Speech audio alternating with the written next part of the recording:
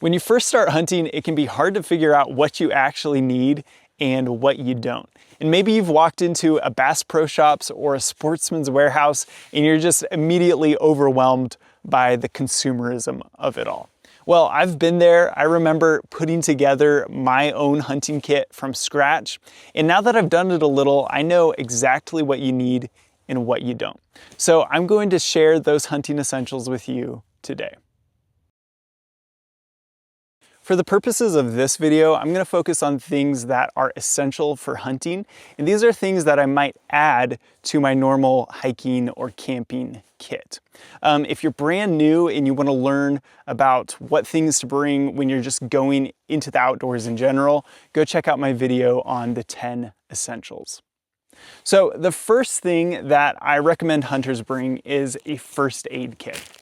And I recommend that you build your own because you will likely not find a complete first aid kit if you just buy one from a store. When we're hunting, we're using knives. We may be cooking in the outdoors when we're camping. We're using guns. And so it just makes sense to have a first aid kit. In fact, I recommend anybody I hunt with has a first aid kit because it's just silly to go out and hunt without one. So in your first aid kit, you're going to want some essential items like a tourniquet. You're going to want gauze pads, maybe a SAM splint. You'll also want things for addressing major cuts like steri strips, super glue. It's good to have some medical tape in there, duct tape. And also I like to have antihistamines and ibuprofen in my first aid kit. Once I was actually going on a hike and I got stung 5 times by these bald-faced hornets. It was very painful and I started to swell, and I realized if I had been out in the backcountry and didn't have an antihistamine, I could have been in big trouble. So I've included that in my first aid kit as well. The next thing that you're going to want is what I call a kill kit. And a kill kit is all the items that you're going to need once you actually kill an animal. So starting off, we've got a good hunting knife. And this is mine. It just needs to be a knife that has a blade maybe 3 to 4 inches long. It doesn't have to be huge. I like a drop point and a nice curved belly. It gives you a longer cutting surface without the blade getting so long that you're kind of losing track of where it is while you're using it. If you're gonna bring a hunting knife, you should also bring a knife sharpener. This is a WorkSharp field sharpener. I highly recommend it. Once you start breaking down an animal, your knife is going to get dull quickly and you need a way to touch it up in the field. Now, if you plan to break down the animal in the field, you will also need game bags. And if you're not a hunter, you're not going to be familiar with these whatsoever, so I'm just going to explain them. They are these lightweight, breathable bags, and you keep them clean, and once you break down the animal, you're actually going to put raw meat into these game bags.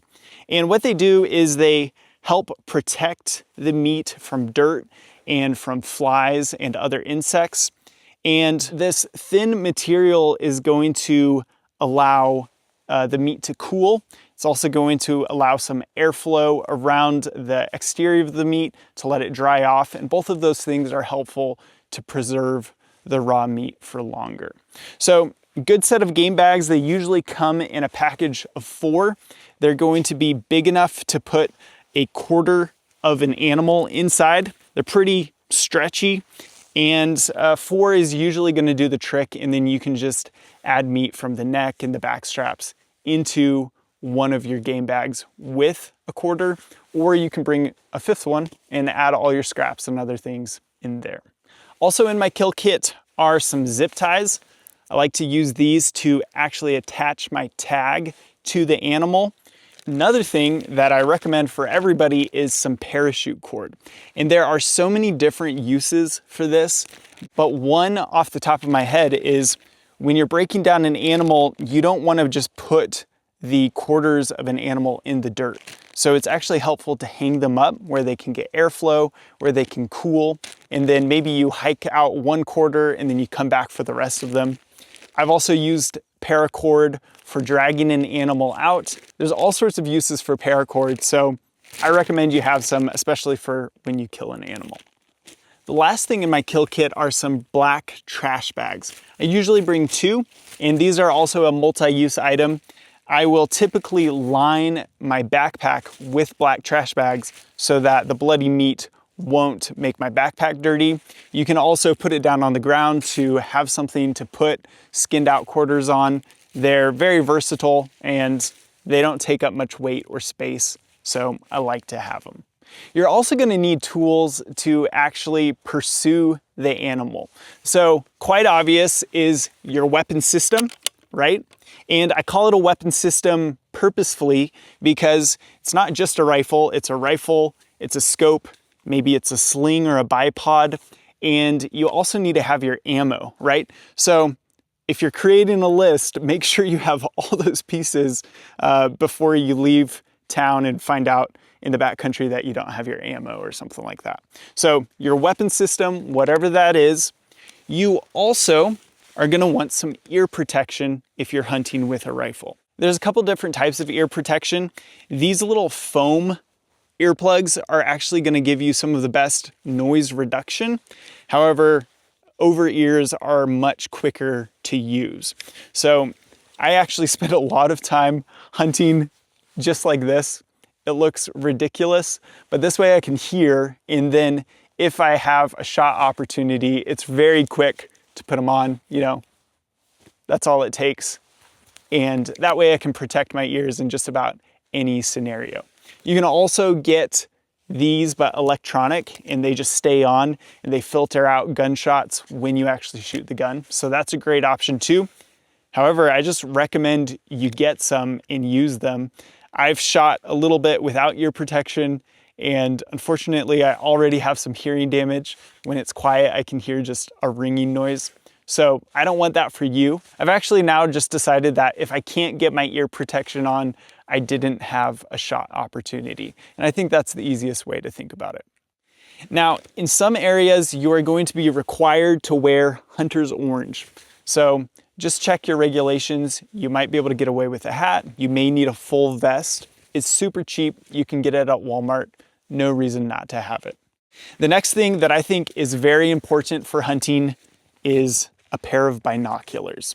So I've got my binoculars here. They are 10 by 42s for reference, and they work really well for all-round glassing. I think binoculars are one of those things that hunters have but don't use enough.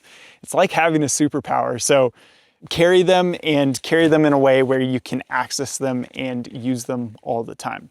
One thing that's kind of optional but is helpful is a rangefinder. This is a cheapo one I got off Amazon. I do not recommend it, but having a rangefinder will help so that you can be more accurate when you're shooting. A lot of hunting that I do is out of a backpack.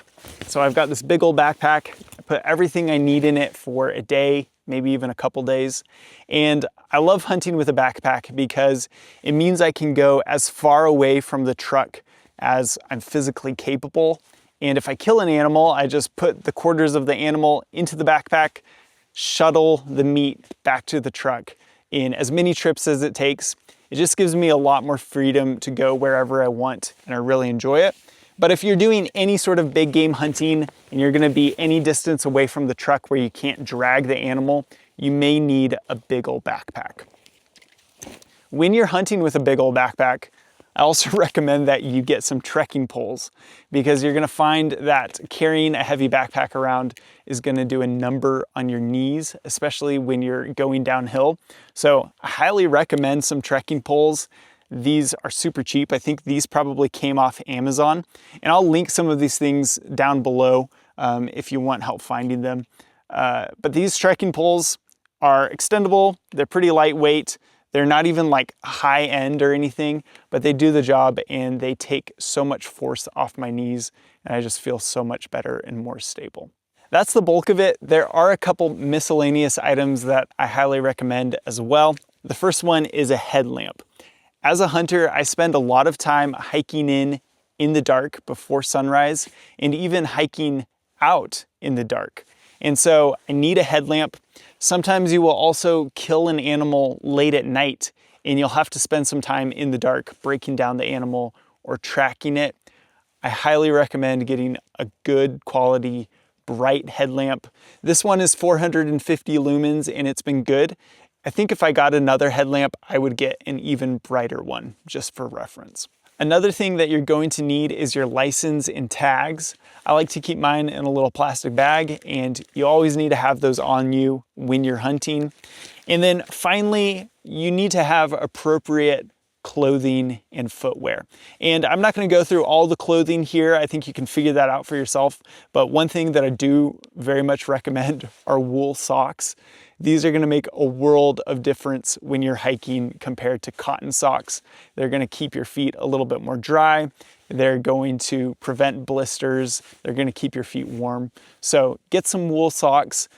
You can wear whatever footwear you're comfortable in. I kind of go between wearing heavier hunting boots and sometimes just running shoes, just depending on what I'm doing. And then also your clothing is going to be similar to what you're going to wear on any hike. So just layers, you want rain gear, you want an insulation layer, all of that. All right, guys, that's all you need to get started hunting. If you think there's something that I missed, drop a comment to help out others. And if you're interested in learning more about what you need for outdoor pursuits in general, check out my video on the 10 essentials.